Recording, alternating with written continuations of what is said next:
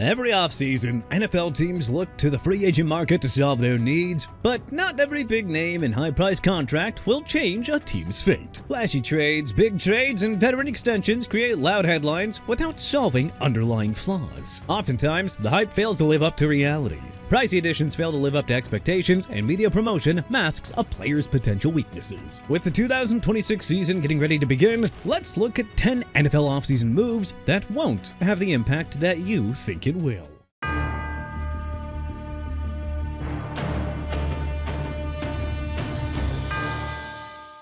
Malik Willis to the Miami Dolphins. The Miami Dolphins have been looking for a franchise quarterback since Dan Marino retired following the 1999 season. Since then, the Dolphins have trotted out close to 30 starting quarterbacks, including Jay Fiedler, Chad Pennington, Ryan Tannehill, and, most recently, Tua Tagovailoa, who have all had little to no success. After drafting Tagovailoa in 2020, Miami put all their hopes on the new starting quarterback. This turned out to be a mistake. Despite one Pro Bowl season, Tagovailoa was a bust, and the Fins decided to cut him after the 2025 season, absorbing a $99.2 million hit to the salary cap. The Tua Tagovailoa error has essentially handcuffed Miami's ability to field a competent, competitive team for the 2026 season. Which brings us to the new quarterback in South Beach. Malik Willis was signed as a free agent to take over the quarterback reins and become the new face of the franchise. Unfortunately, Willis is not being set up for success in Miami. The Dolphins' offense is an absolute mess. For years, their offensive line has allowed their QB to be one of the most sacked QBs in the league. And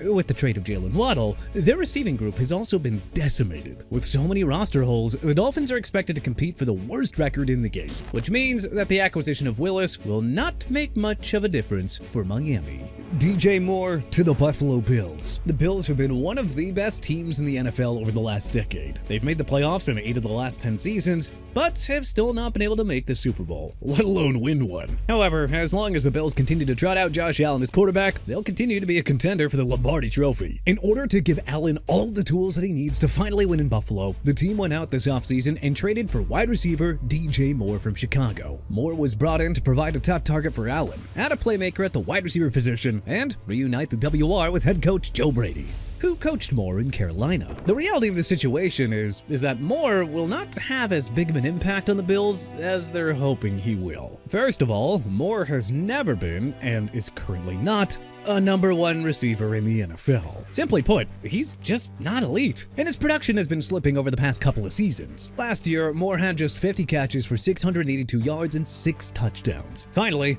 Buffalo's offensive scheme is not built around one top receiver. The Bills have traditionally employed an offense that is a run-first philosophy and relies on Allen to spread the ball around, which means that DJ Moore won't make a dramatic difference for the Bills. Jonathan Allen to the Cincinnati Bengals. Entering the 2025 season as a Super Bowl contender, the Bengals finished the season with a very disappointing 6-11 record. An injury to quarterback Joe Burrow was only the beginning of Cincinnati's problems. Their defense was among the worst in the NFL, giving up over 400 yards of offense per game, missing a league-leading 170 tackles, and consistently collapsing during the second half of games. Off-field issues also hurt the Bengals, as they dealt with contract distractions, such as the one with Trey Hendrickson, and a lack of depth on both the offensive and defensive lines created huge issues when injuries arose. In an attempt to secure the defensive line, Cincinnati signed defensive tackle Jonathan Allen to a 2-year, $26 million contract, hoping that he can provide veteran leadership and allow for great rotational depth on the defensive side of the ball. Considering that Allen has a previous relationship with several members of the coaching staff, the hope is for a smooth transition.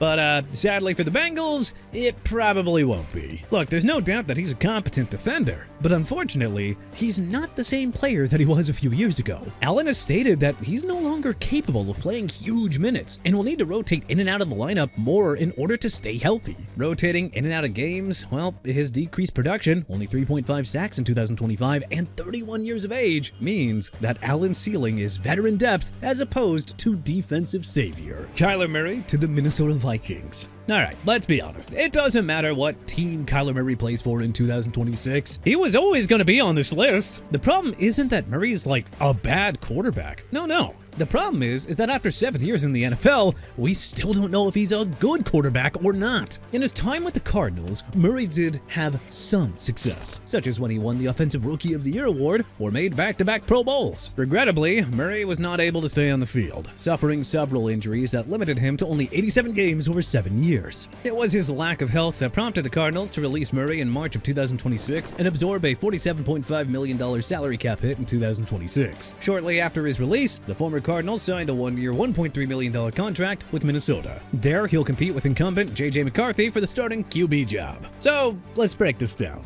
Because first off, we got the health risk. Murray has played 12 or more games a season once in the last 4 years. His one-year contract prevents the Vikings from using the franchise tag on him, which means that he'll be a free agent again next year. If he somehow manages to put up a good season, the chances are high that he'll leave after that season's done, once again putting the Vikings back into a search for a good quarterback. Look, just saying, Vikings fans better hope that McCarthy wins that looming quarterback battle, because Kyler Murray doesn't present the team with any long-lasting upside. Wan'Dale Robinson to the Tennessee Titans. Since the start of the 2022 season, the Titans have been in an absolute freefall. The team is in need of a rebuild, and with quarterback Cam Ward leading the way, Tennessee has some pieces in place, which is why the signing of wide receiver Wan'Dale Robinson to a 4-year, $70 million contract is such a head-scratching move. Spending the first 4 years of his career with the Giants, Robinson had 268 receptions for 2,465 yards and 9 touchdowns and was never the number one receiving option. The Titans brought him in to provide depth to number one receiver Calvin Ridley, provide a slot specialist, and help develop quarterback Cam Ward. Reuniting him with former Giants coach and new offensive coordinator Brian Daboll provides a glimmer of hope for a successful pairing. Yet,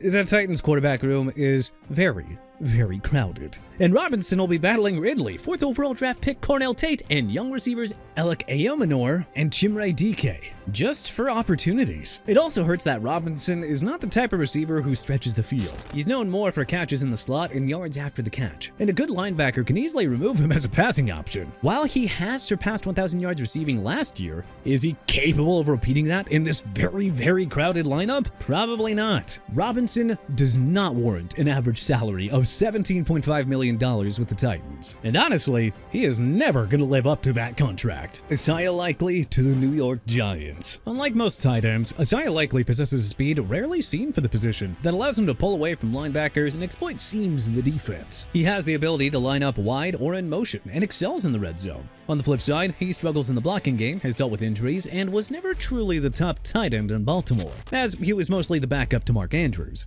So when free agency hit, the Giants seemed like the perfect match. New York likes to utilize multiple tight ends in their offensive schemes, and Likely's skill set should match up well with Jackson Dart's playing style. New York also hopes that he'll provide a security blanket if Malik Neighbors is slow to start the season recovering from his knee injury. However, there's a very good chance that Likely's signing will not transform the Giants' offense. Until he shows otherwise, durability is always going to be a concern. He's never played a full 17-game season, and even when he got on the field, his time was very limited. Likely typically played on approximately 54% of the offensive snaps while in Baltimore, and as a backup, he never amassed more than 500 receiving yards in a season. Despite his new deal paying him as a top-tier tight end, Likely will still be splitting his playing time as a Giant, most likely limiting his production.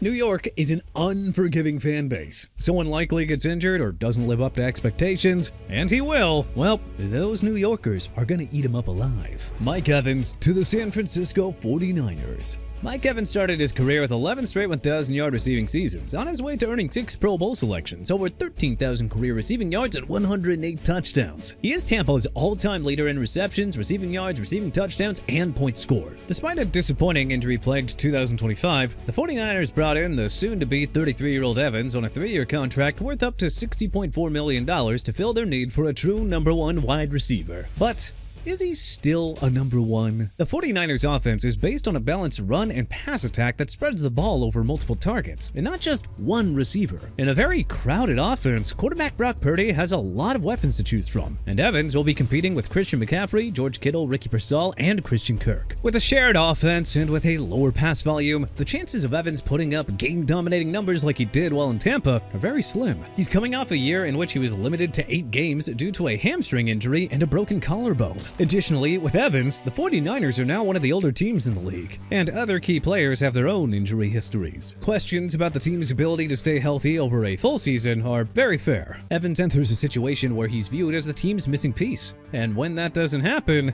well, the blame is going to fall squarely on his shoulder pads. Gino Smith to the New York Jets. Gino Smith was drafted by the Jets in 2013 and immediately went on to disappoint. So, in New York Jets land, since the first time went so well, why the heck not do it again? Whether it was a lack of ability or the Jets being the Jets, Smith's first round in New York did not go well. He was removed as the starting quarterback after 2 seasons and was completely off the team 2 years later. He bounced around the league before finally finding some moderate success in Seattle, but he spent 2025 at the Raiders where he looked like his old self, which now brings us back to the Jets, who traded for Smith in March of 2026 as an upgrade over Justin Fields. Seriously, how bad of a QB is Fields that Smith is an upgrade? Look, it makes some sense why the Jets brought in Smith. From a financial perspective, since the Raiders are paying the majority of his contract, it makes a lot of sense. On the field, he's expected to serve as a bridge to whomever the team brings in as a potential franchise QB. But he will not impact the course of this franchise one bit, at least not in a positive way. Last season, Smith led the NFL with 55 sacks taken and had 17 interceptions. And at 35 years of age, he is not gonna be getting any better. He was brought in to avoid negative plays and provide some level of stability,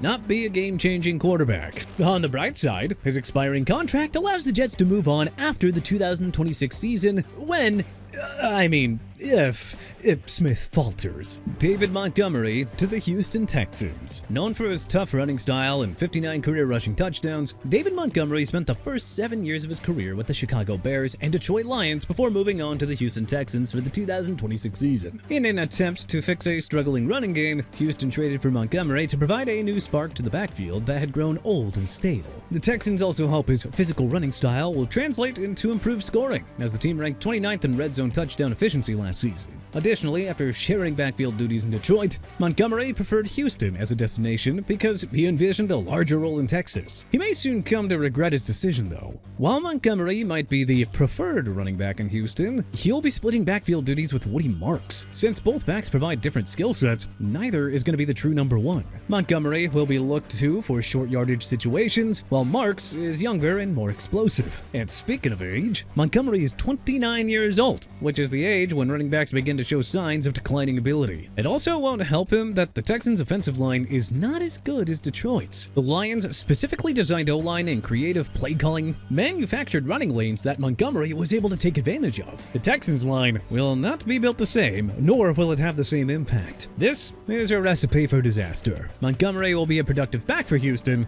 just not a franchise-altering one. Kenneth Walker III to the Kansas City Chiefs. Last season, the Chiefs' running game finished 25th in the NFL. So clearly, that was an area of concern heading into the offseason. Well, what better way to address that weakness than with the addition of Super Bowl 60 MVP Kenneth Walker III. His explosive playmaking ability and ability to break tackles has the potential to bring a dynamic presence to the Kansas City backfield that has been missing for years. The last time the Chiefs had a running back surpass 1,000 rushing yards in a season was Kareem Hunt, who rushed for 1,327 yards in 2017. Walker certainly has the ability to match that feat. But there are 2 obstacles standing in his way. First, head coach Andy Reid believes in a pass-first offense built around quarterback Patrick Mahomes, which makes the run game more complementary to the offense than essential. Next, the Chiefs have traditionally employed a by-committee running game that features multiple backs rather than a true workhorse. The failure of KC to develop a running game is not the only issue preventing a successful situation for Walker. No.